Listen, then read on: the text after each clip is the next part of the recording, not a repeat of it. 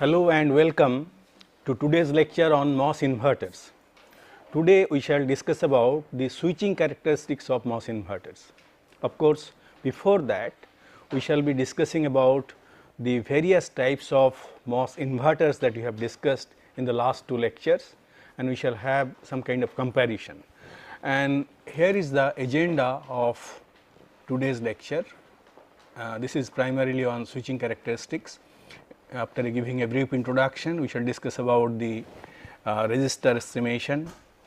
You will see that different types of resistors are present in a VLSI circuit, and that resistor will lead to some delay, because you know that resistance and capacitance, these two are the parameters which are responsible for the delay of a circuit. So, we shall discuss about the resistance estimation, how we can estimate the resistor, then capacitance estimation, then we shall discuss about the delay time estimation in terms of the resistors and capacitors, then how we can reduce the delay, various techniques which you can adopt to reduce the delay, that we shall discuss, and another technique we shall use to measure the delay with the help of ring oscillator.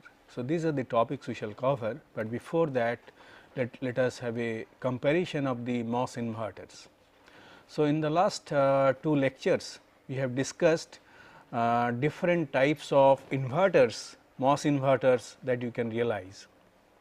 We have seen the inverter is realized with a NMOS transistor as the pull down device, and various types of pull up devices like resistor, NMOS depletion mode transistor, NMOS enhancement mode transistor, pseudo NMOS transistor, I mean inverter, that is actually p type MOS transistor that is used as pull up device, then CMOS inverter. So, these are the various types of inverters we have discussed, and these are the four parameters which we shall compare.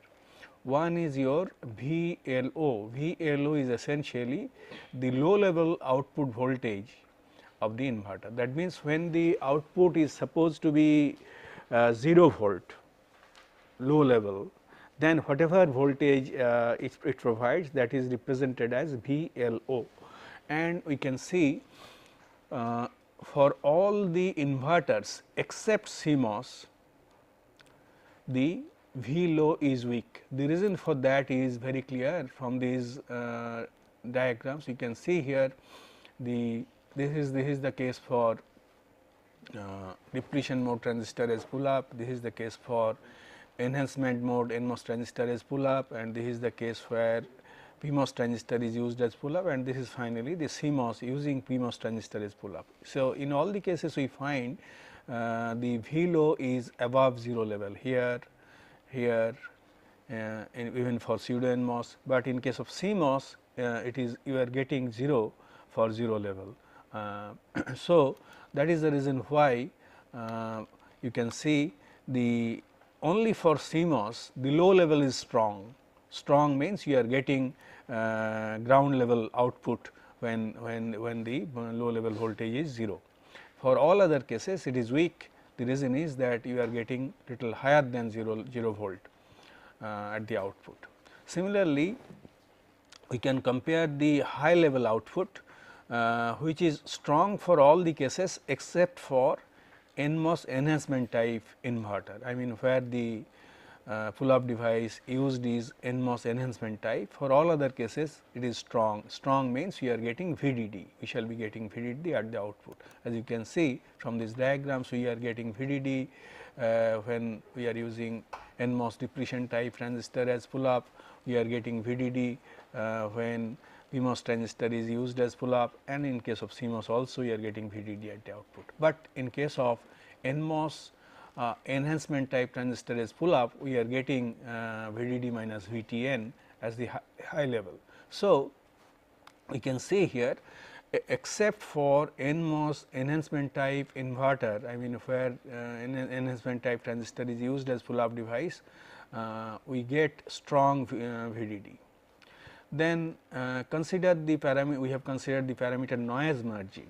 So, we have seen noise margin is poor for low for resistor type inverter, where resistor is used as pull up, or where NMOS transistor is used as pull up, or when NMOS enhancement type is used as pull up, or for pseudo NMOS device is used. For all the cases, noise margin is poor for low level. The reason for that we have already seen, because we are getting a output which is above the ground level. Obviously, noise margin will be inferior for low level, but for CMOS we are getting good noise margin, because you know that we get low level output here. So, noise margin is good for CMOS, but we find that noise margin is bad both for low and high level in case of when the NMOS enhancement type device is used as pull up.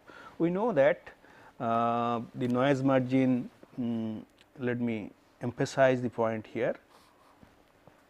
We know that this is the V OH that is being generated by the device, and similarly VOL that is generated by the device at the output, say inverter is producing that. On the other hand, we are expecting VIL at the output, as long as it does not exceed that limit, then we are getting we shall be considering that low level as low level. Similarly, IH is the high level output, minimum high level output that is expected. So, this is the noise margin at high level, and this is the noise margin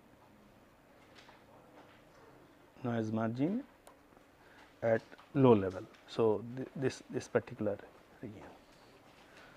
Now, ideally, as you know, in case of ideal situation, VOH should be equal to VDD, VOL should be equal to 0 volt. Similarly, VIH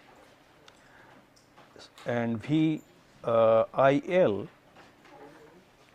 should be equal to VDD by 2. That means, transition should take place in the middle, and both of them will be at VDD by 2. So, in that case, your noise margin for both low and high level will be equal to noise margin low will be equal to noise margin high, both will be equal to VDD by 2, but we have seen that is not the case. So, noise in reality noise margin low is defined as the VOH minimum minus VIH minimum. Similarly, sorry, this is your NMH.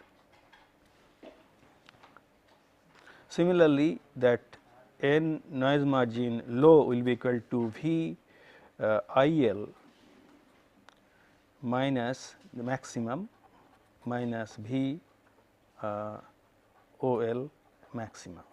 So, these are the actual noise margin, and obviously, it deviates from the ideal situation that we have already discussed, and we find that noise margin is good only for CMOS. Then coming to the power dissipation, the fourth important parameter is power. We find that power dissipation, there is static power dissipation when the output is low for all the cases except for CMOS. So, we have seen that in all the cases both the transistors are on, here in case of this inverter with enhancement mode transistor is pull up, or with depletion mode transistor is pull up, or enhancement mode transistor is pull up, or PMOS transistor is pull up. In all the cases both the transistors are on when the output level is low or when the input is high level, and as a consequence there will be static power dissipation and power dissipation, and obviously they are not suitable for low power applications. But in case of CMOS we have seen both for low level and for high level only one of the two transistors is on, and as a consequence there is no static current flow, and obviously there is no power dissipation when the input output is low or when the output is high. Of course, as we have seen in case of CMOS, there is power dissipation when input changes from 0 to high. So, during the transition or from high to low. So, that part will be there, but that will be dependent on how quickly the transitions occur. Later on we shall discuss about it in more detail, but as such there is no static power dissipation in CMOS except during transition. And as a consequence we find that the power dissipation in CMOS is low. And from these comparisons what conclusion we can make?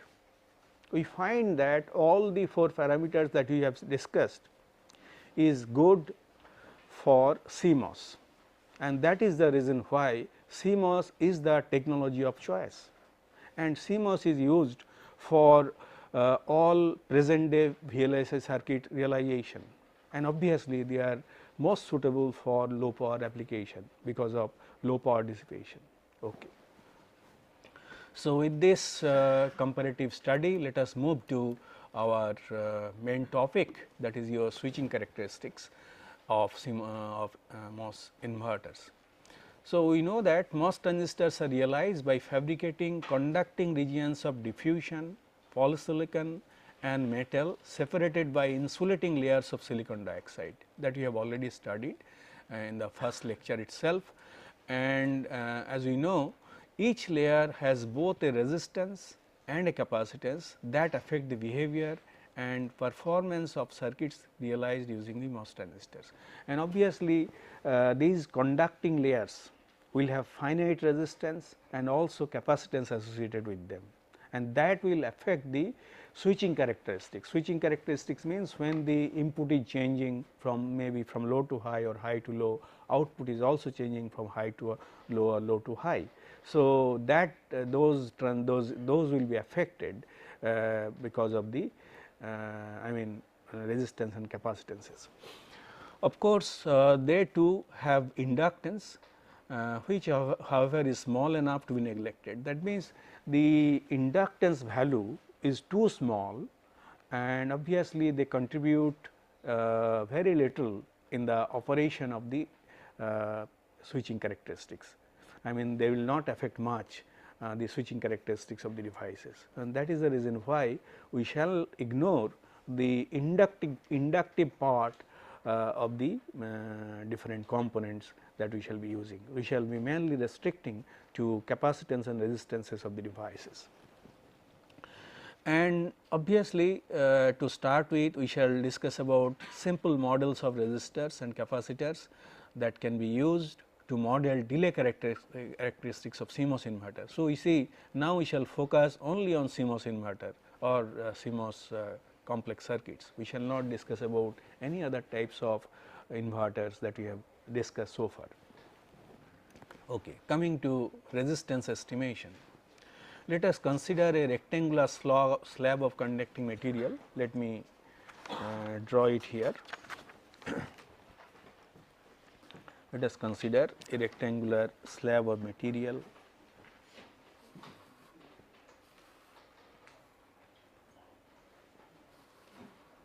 So, this is a rectangular slab I have drawn, and we have one conductor on this side, another conductor in on this side for taking interconnection. That means, we want to measure the resistance of this slab, and by attaching a maybe multimeter or some other device at these two ends. Now, the physical dimensions are shown here. L is the length of the slab, and W is the width of the slab, and T is the thickness of the slab. And in addition to this, it has got another very important parameter in the context of resistance estimation, that is your resistivity.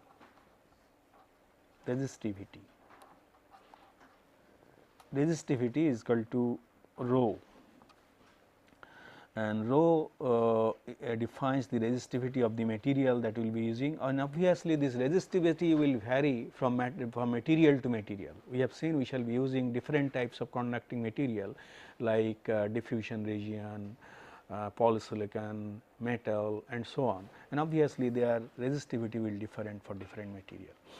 And so, this if we consider this point A and this point B, this resistance between these two terminals A and B will be equal to rho L by O L by T into W. So, this is the resistivity of the of this particular conductor between these two. Now, this can be also represented by rho L by A. Area is essentially the area of the device, that means area will be equal to T into W, that is the area, and L is the length. So, based on this we can this can be also represented by another very important in another way, say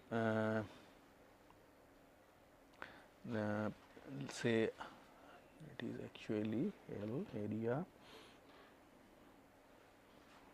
L by W. So, let us represent in terms of rho by T into L by W. Now, let us consider a situation where L is equal to W, that means length is equal to width. In that case it is a rectangle, I mean it is a square. So, whenever it is a square, that square can be 1 nanometer by 1 nanometer or 1 millimeter by 1 millimeter or 1 meter by 1 millimeter, it does not matter, because as long as these two are same they will cancel out and this will be equal to rho by T, and when L is equal to W. Then whenever this is the situation, we define a parameter known as RS. RS is equal to rho by T and unit is ohms per square. So, ohms per square is the unit of the seat resistance, this is called the seat resistance of the material. Quite often the resistivity of a conducting layer is specified in terms of the seat resistance. The reason for that is, using this parameter you can calculate the resistance for a given dimension. For example, you are given a say this is the, let us assume we are considering say we know that, let us assume that L by W is equal to say 4. Let us assume L by W is equal to 4. That means, with L by W length by width is equal to 4. Then what will be the resistance between A and B?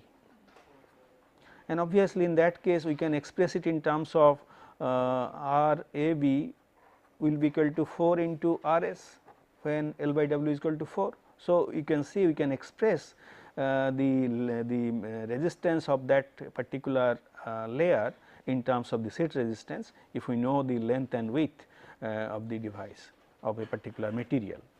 So, in terms of this seat resistance we can calculate the resistance of a conducting material, and these are the typical values of seat resistance for different conducting material which are used for the realization of MOS transistors.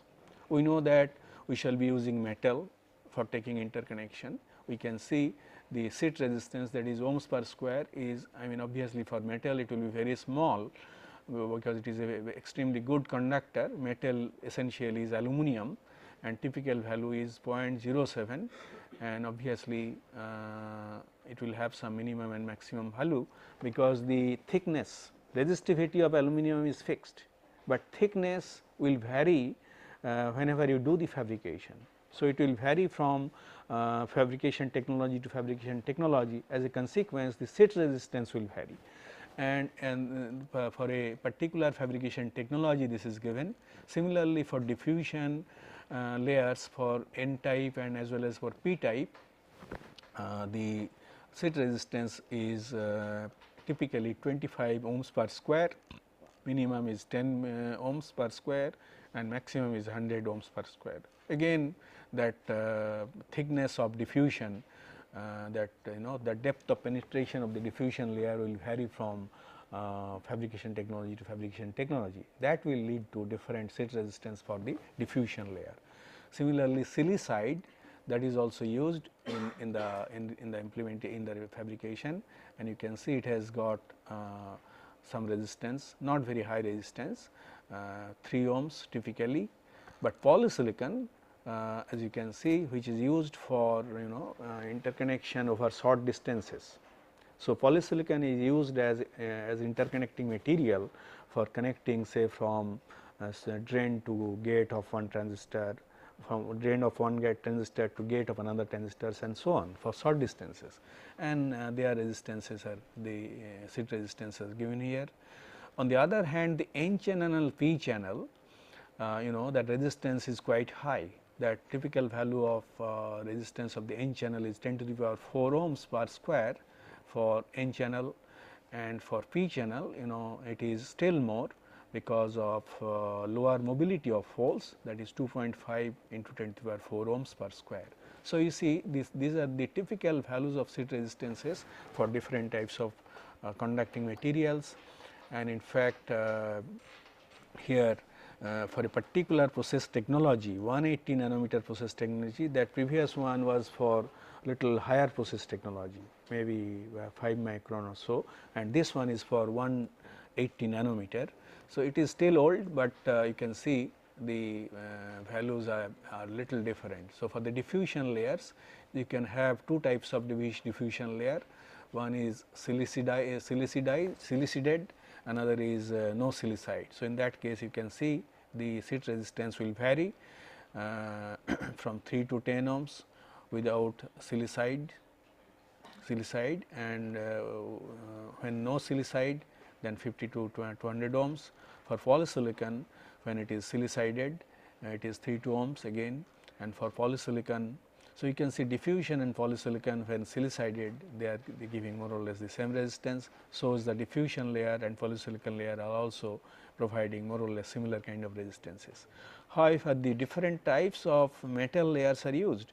In a present day VLSI technology, a number of layers of metal is used, and as a consequence their thicknesses and their then the T value of T is different, and as a consequence we find their that the set resistance is varying from 0.08 to 0.02, and metal 1, metal 2, metal 3, metal 4, metal 5 and metal 6.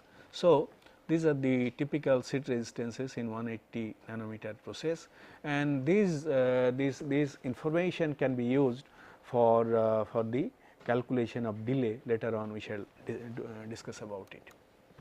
Coming to another very important parameter, that is your capacitance estimation. We find that load capacitance at the output of a CMOS gate is a sum of the following capacitances.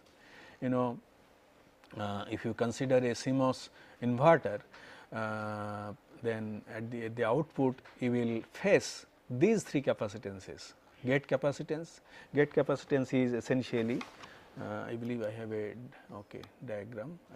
Let me draw a diagram. Say this is an inverter, this will be connected to maybe another stage of inverter or some more complex circuit.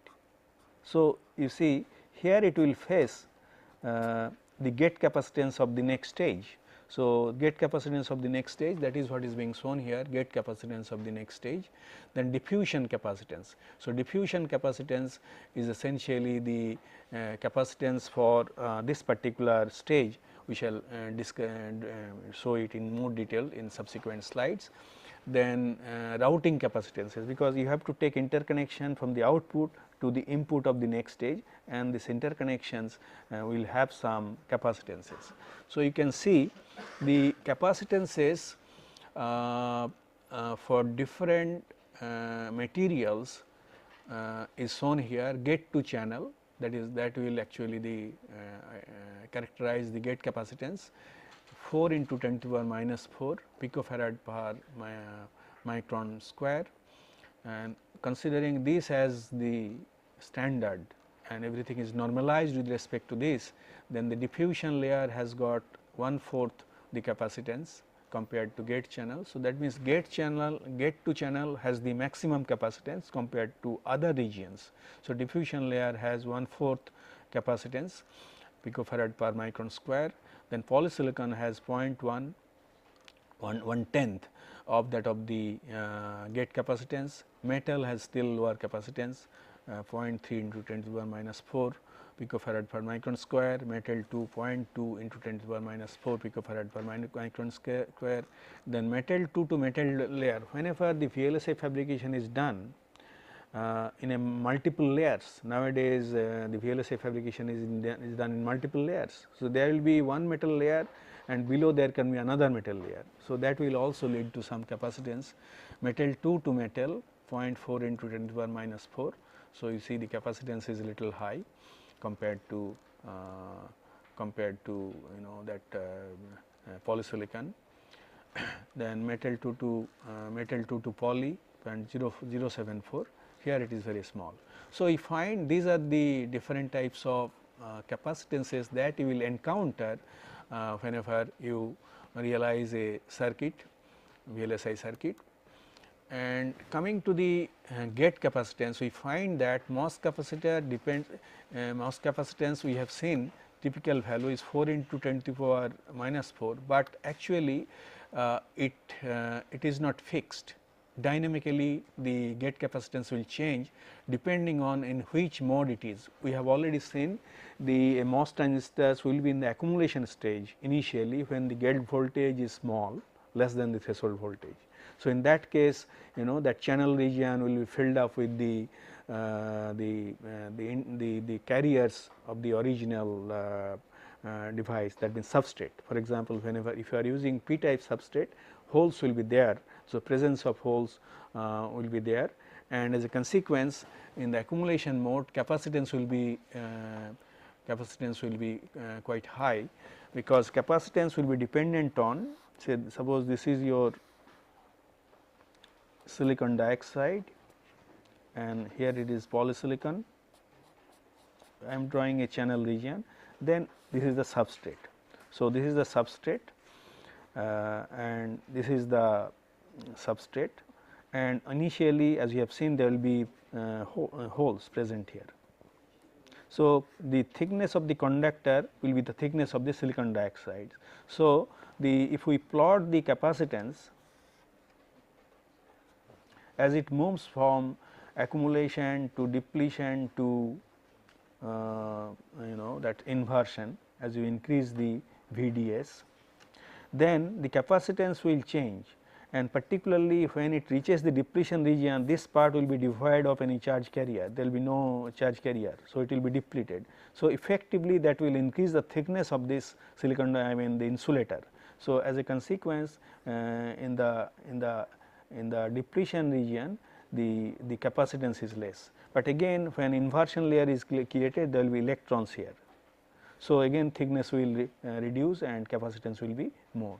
So, what I am trying to say here, the capacitance value of the gate region is not fixed, it depends on the gate voltage that you are applying, and because of the different values of gate voltages the device moves from one mode to another mode, accumulation to depletion to inversion mode, and accordingly the gate capacitance will change.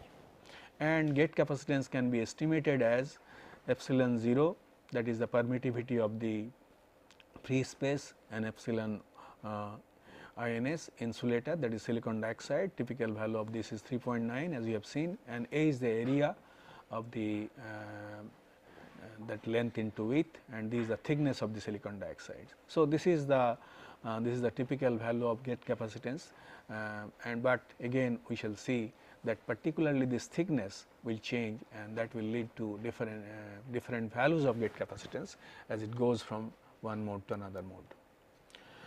Coming to various parasitic capacitances, we find that different types of parasitic capacitances. For example, CGD and CGS. So, here you have got CGD here, gate to drain and gate to source. These CGD and CGS are essentially because of overlapping of the gate region on the source and drain regions, on the diffusion regions. And as a consequence, this will have some capacitance CGS and CGD due to the gate overlap with the diffusion regions. Similarly, CDB, here you have got CDB drain to body and source to body. These capacitances, because this part will be, there will be depletion region here, there will be depletion region here as well, and this will probably lead to some capacitance, and as you know, this is N plus and this is P. So, there is a diode, and this they will, it will have some capacitance, that is your CDB and CSB.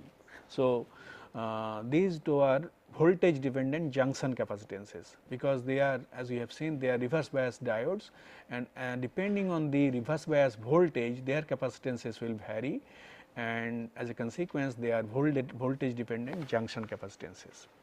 Then C out is another capacitance that you will encounter whenever you interconnect a inverter to other parts of the circuits, that is essentially the distributed capacitances due to interconnection. C out is not shown here, I shall see in the next diagram. Similarly, CGN and CGP are due to the thin oxide capacitances over the gate area. So, here in the gate area, this is your CGB, CGN and CGB. Actually, CGB is a generalized form of capacitance. In case of N type NMOS transistor, this will be CGP, because this body will be, this substrate will be P type, and for P type transistor this will be CGN, because it will be N type substrate. So, CGN and CGP are due to thin oxide capacitance over the gate area of the NMOS and PMOS transistor respectively. So, these are the various capacitances you will encounter, and this is the simplified model that we can make from this. So, here what we have shown, this is an inverter with its associated capacitances. So, this C interconnect is that interconnect capacitances that I mentioned, and here are the CGP, CGN, it is encountering. So, diffusion, these capacitances it will encounter, this output will encounter. What we can do, we can see that the effective load capacitance CL is essentially sum total of CDGN, CDGP, CDBN, CDBP, C interconnect, CGN and CGP, because we have so many capacitances associated with it, and these capacitances can be lumped together for the sake of simplicity to define a single capacitance CL, load capacitance. So, later on we shall be referring to a single capacitance, that is CL, load capacitance, but essentially it comprises many capacitances, gate capacitance, then to body capacitances, interconnect capacitances and so on, which I have shown in this diagram. So, let us assume this is our simplified model for estimating the delay characteristics of an inverter. So, one inverter is driving another inverter with a load capacitance CL. So, this is our simplified model. So, how do you define delay? Delay of a gate. So, here we have removed the other gate, because we have the representative load capacitance CL, which has taken into consideration the gate capacitances of the next stage. So, how do you define delay? You see, normally what you do, you apply an input V in and it produces a output, a device. Now, that input, we can assume that the input is changing quickly, here also it is changing quickly, that means step input. That means the switching times, rise time and fall time of the input is 0, but ideally this will not be so.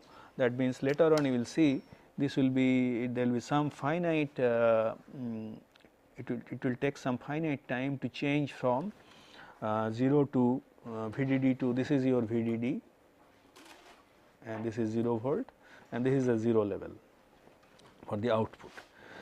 And as the input of an inverter is changing from VDD to 0, output will change from 0 to VDD, and obviously this output will change after the delay time. So, here we can say this is where the input has changed. We can consider the middle point of the output, I mean input, as the reference. With reference to that, it is changing from VDD to 0. Here it will change from 0 to VDD. It will not, we have seen the characteristics. So, it will change, the capacitor has to be charged. So, it will have a nature like this. So, we can take the middle point as the to define the delay time. So, delay time for, that means TP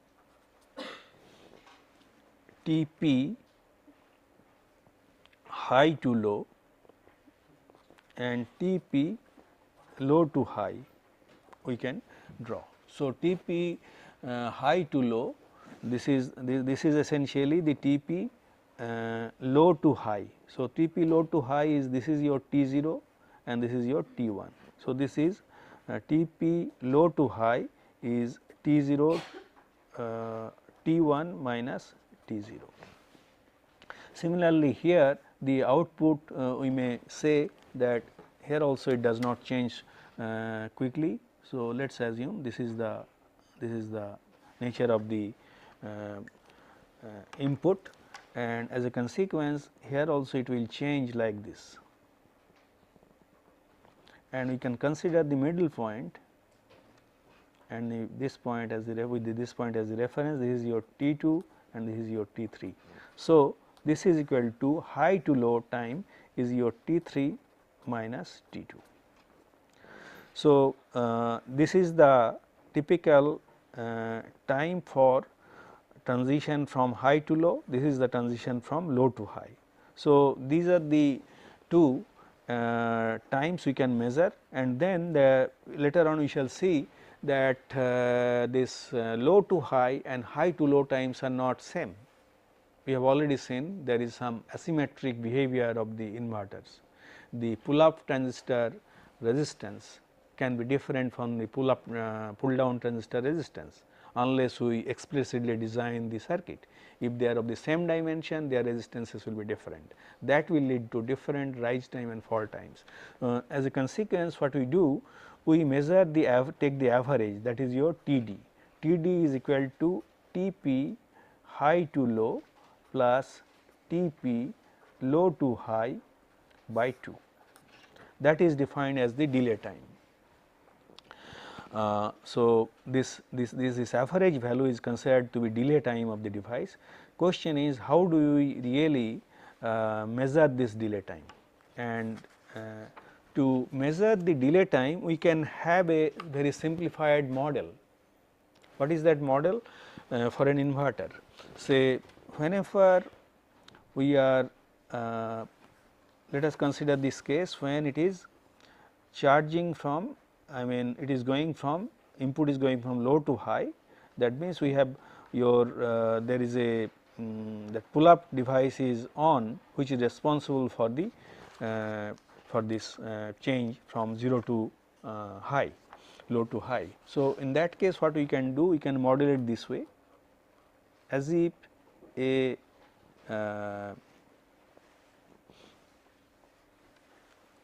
this is your VDD and this is your load capacitance CL, and here there is a switch, and in this particular case whenever it is switching from low to high, this capacitor is charging from low to high, then this switch is off. This is representing the pull down device and this is representing the pull up device. You may be asking why you have represented this device as pull up device. The reason for that is, in this particular case, as you can see, during the period it is changing from low to high, output is essentially that input to the you know that this particular device, let me draw it, an inverter. Let me draw an inverter, that will make it clear. So, here we have got a capacitance connected to ground CL. Now, it is charging through this path, it is charging. Now, it is charging from 0 to VDD. So, what is the state of this device? That time what input you have applied to it? When it is output, when the input is VDD. So, input is VDD is applied here, and it has switched to 0. That means, the most of the time you can see the input is varying from 0 to VDD, and this output is changing from 0 to VDD. That means, the voltage across this device is varying from 0 to VDD by 2.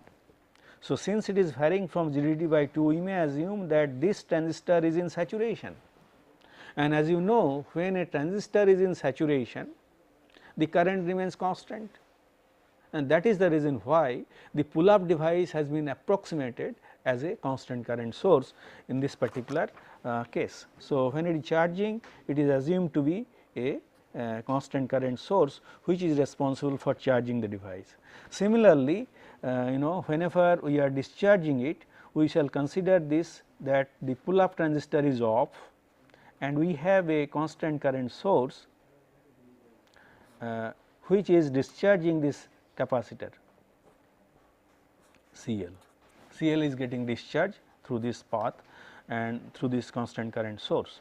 So, and we shall assume that both the transistors are in saturation when this charging and discharging is taking place. So, this is VDD and this is ground, and as a consequence we can write down the expression for current DSN in this particular case will be equal to beta n by 2 into VGS minus VT square. We know that. So, this is charging from 0 to VDD, and obviously since it is discharging through a linear current path, it is discharging from 0 to VDD to, in this case VDD to VDD by 2, and initially it was VDD, then VDD by 2. So, in this case we can say that time will be equal to VDD minus VDD by 2 will be equal to beta n by 2 CL into VGS minus VT square into T1, I mean that time that we have shown, this whenever it is this particular, it is high to low. So, T2 minus T3 minus T2, T3 minus T2. So, this is your TP high to low. So, this if we substitute here, we shall, this is VDD by 2, these 2 will cancel out, and we shall be having an expression for TP high to low, that is equal to VDD by beta n, this will go to at the denominator, into CL by, this will go up, CL by VDD minus VTN square. So, this is the expression that you will get. So, this is the expression for Tp high to low. Similarly, we can find out the value for the other one, that Tp low to high. What is the difference between these two? Difference is, in case of PMOS transistor it is NMOS transistor, otherwise it is different, it is same. So, we can write down the expression for Tp low to high is equal to CL by beta p, beta is Kw, beta p is equal to Kp Wp by Lp into 1 by same, here we can write VDD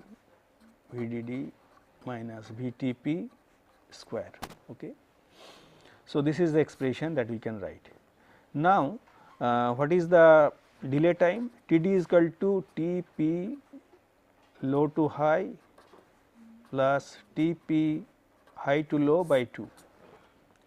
So, this will be equal to, by substituting beta p in place of beta p, is equal to Kp Wp by Lp as we know, and similarly for beta n is equal to Kn Wn by Ln. What the expression that we shall get will be equal to Ln by Kn Wn plus Lp by Kp and Wp into Cl by Vdd into 1 minus Vt by Vdd square. This is the expression that we are getting ultimately for the delay time. You may be asking how you have got this figure. Actually, Vdd was as at the numerator. What we have done, we have taken out the Vdd outside. So, it has become Vdd minus Vtp or Vdd minus Vtn, and one Vdd has cancelled out, and here we are getting Vdd minus Vtp by Vt. So, what does this expression tells us? This tells us about various parameters on which the delay will depend. Obviously, delay will be more if the length of the devices is more. That means it will take longer time, resistance will be more, it will take longer time for the electrons to move from one end to the other end. Similarly, if the width is more, then also delay will be less, and there is a parameter here, mobility of electrons and holes. That part also will be Kp and Kn has got those parameters, mobility of electrons and mobility of holes. They will also be responsible to define the delay. But those are fixed parameters on which, I mean, of course, length and width we can change, we cannot change Kn or Kp. But what kind of dependence it has got on Cl? Actually, we can say, we can discuss in more detail here, say how delay can be reduced, on what parameters it has got dependence. So, the width of the MOS transistors can be increased to reduce the delay, and this particular technique is known as gate sizing. Later on we shall discuss about it in more details. Then load capacitance, we have seen there is a parameter called load capacitance on which there is strong dependence, and as a consequence the load capacitance can be reduced to reduce delay. And how it has been done? As we go from one technology generation to the next technology generation, the dimension of the devices is reduced. That effectively reduces the capacitances, and actually Moore's law has flourished based on this. That means capacitances have reduced, the performance has increased, delay has reduced, and the device can operate at higher and higher frequency. So, and last factor is delay can also be reduced by increasing the supply voltage Vdd. We have seen in this expression Vdd is present here. So, by increasing Vdd the delay can be reduced, but unfortunately as you increase the supply voltage, the power dissipation increases, because power dissipation is proportional to Vdd square. That is the reason why normally we do not want to use the increase the supply voltage, rather the supply voltage has to be reduced. But we have to see how the performance can be maintained even when the supply voltage is reduced. That is the challenge of the low power design. Now, coming to this part of the expression, this is very interesting. We can see here this is 1 minus Vt by Vdd square, it is in the denominator. Now, if as you reduce Vdd, whenever you go from one technology generation to next technology generation, you can also reduce Vt in the same ratio, and as a consequence the Vt by Vdd ratio is maintained to maintain the same performance. But if you do not do that, if you simply reduce the supply voltage without reducing the threshold voltage, what can happen? You will see this value will keep on reducing, and I mean this VT, the VDD is reduced. So, this value is increasing, will be increasing, and whenever VT will become very close to VDD, that time this will be very close to 1. So, when the denominator is I mean this particular part is very close to 1, this will have a very small value. So, and the square of that will have still smaller value, and then the delay will be very large. That means, when the supply voltage is close to the threshold voltage, delay increases dramatically. So, that is the reason why we should not use supply voltage close to the threshold voltage. Normally, typical value of Vt is in the range of 0.2 VDD to 0.5 VDD. We can see this is the safe operating range. That means, we can get reasonable performance whenever the threshold voltage is kept in that range. So, that is the reason why in my last lecture I was mentioning that the CMOS inverter will keep on functioning even when the supply voltage is equal to threshold voltage or less than threshold voltage, but delay will be very large. Okay. Now, another question arises, how delay can be measured? How delay can be measured? So, delay value is very small. It is in the for present day technology, it is fraction of nanosecond. You know, the devices are it is operating clock frequencies few gigahertz, and the consequence the delay will be few nanosecond or fraction of nanosecond. How do you measure it? We cannot measure it with the help of oscilloscope. So, a special type of circuit is made known as ring oscillator, and ring oscillator is fabricated using the devices of that generation, inverters of that generation, and then the delay is estimated. How? Let us see. Question is, what is a ring oscillator? A ring oscillator can be realized with the help of several inverters in this form. That means, what you will do to realize a ring oscillator,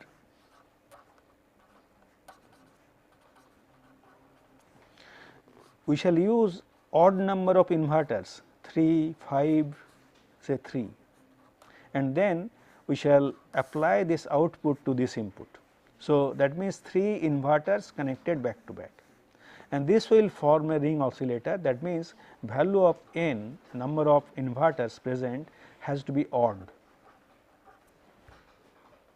Then it will form an oscillator. What is the function of an oscillator? It will oscillate and generate clock. Then the time period of the clock can be measured. Question is, on what factor the time period depends? Let us see from this diagram. As you can see here, I have plotted the voltage of 3 different points. This is the 3 inverters connected to realize a ring oscillator, point A, point B, point C. So, point A is the input of the first inverter, point B is the input of the second inverter, point C is the input of the third inverter. So, here assuming that it will oscillate. So, here say this is the delay time, this one between one line and another line, this is the delay time.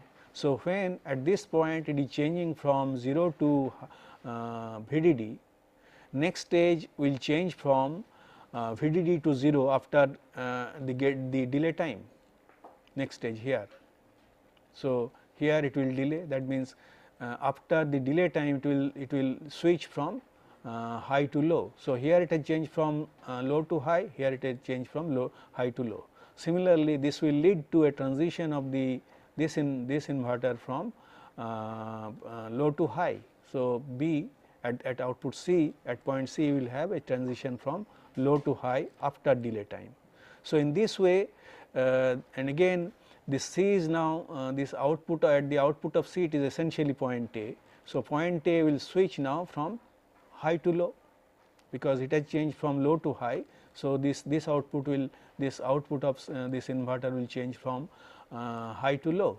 So, in this way we can see I have plotted several waveforms, and we can see this is the time period, and that will be true for point at point A, point B or point C, at all the points. So, this total time, this is the time period of the clock that has been generated with the help of this ring oscillator, and this particular time period is equal to the rise time and fall time T p HL1, that is the first stage, plus T p low to high of stage 2, T p high to low of stage 3, then again T p low to high of stage 1, and so on. So, this total time comprises these these times, and they can be clubbed. So, TPL1 and TPHL1 and TPHL2, these two can be combined, and this is equal to 2D. As we know, TPHL1 plus TPLH1 by 2 is equal to TD. So, this is equal to TD, this is equal to TD, this is another TD, 2 TD. So, we have got 6 TD. So, 6 TD is equal to 2 into 3 TD, and since n is the number of stages here, this is 2 into 3 into TD. So, we can say that the time period is equal to 2 and n is the number of stages of the inverters into tau d, that is the delay time of a particular stage. Now, instead of t, we can express in terms of frequency of oscillation as well. So, f is equal to 1 by 2 n T D. So, whenever we want to measure this delay, what we can do, we can extend the time, increase the time period by increasing the value of n. Typically, we can have say as large as 101 inverters or 151 inverters, and using that we shall form a ring oscillators, not 3 or 5. So, when we have got large number of inverters and they are connected back to back, the delay time will be easily measurable with the help of the equipment that is available at our disposal. So, to measure the delay time, we use ring oscillator having large number of stages, maybe 101 or 151 or so. That is how whenever a new generation technology is introduced, its delay time is measured to characterize the new generation technology. Okay. So, we have seen how delay can be measured. Now, it is time to summarize what we have discussed. We have compared different types of inverter, the performance of different inverters, and we have seen CMOS is the inverter of choice. We have introduced the concept of series resistance. We have introduced various types of capacitances that you encounter in a VLSI circuits, and you have discussed how delay time can be estimated, and I have highlighted how the delay time can be reduced by controlling different parameters. Finally, I have discussed the use of ring oscillator for delay measurement. Okay. So, with this we have come to the end of today's lecture. In the next lecture, we shall discuss how large capacitances can be driven by inverters. Thank you.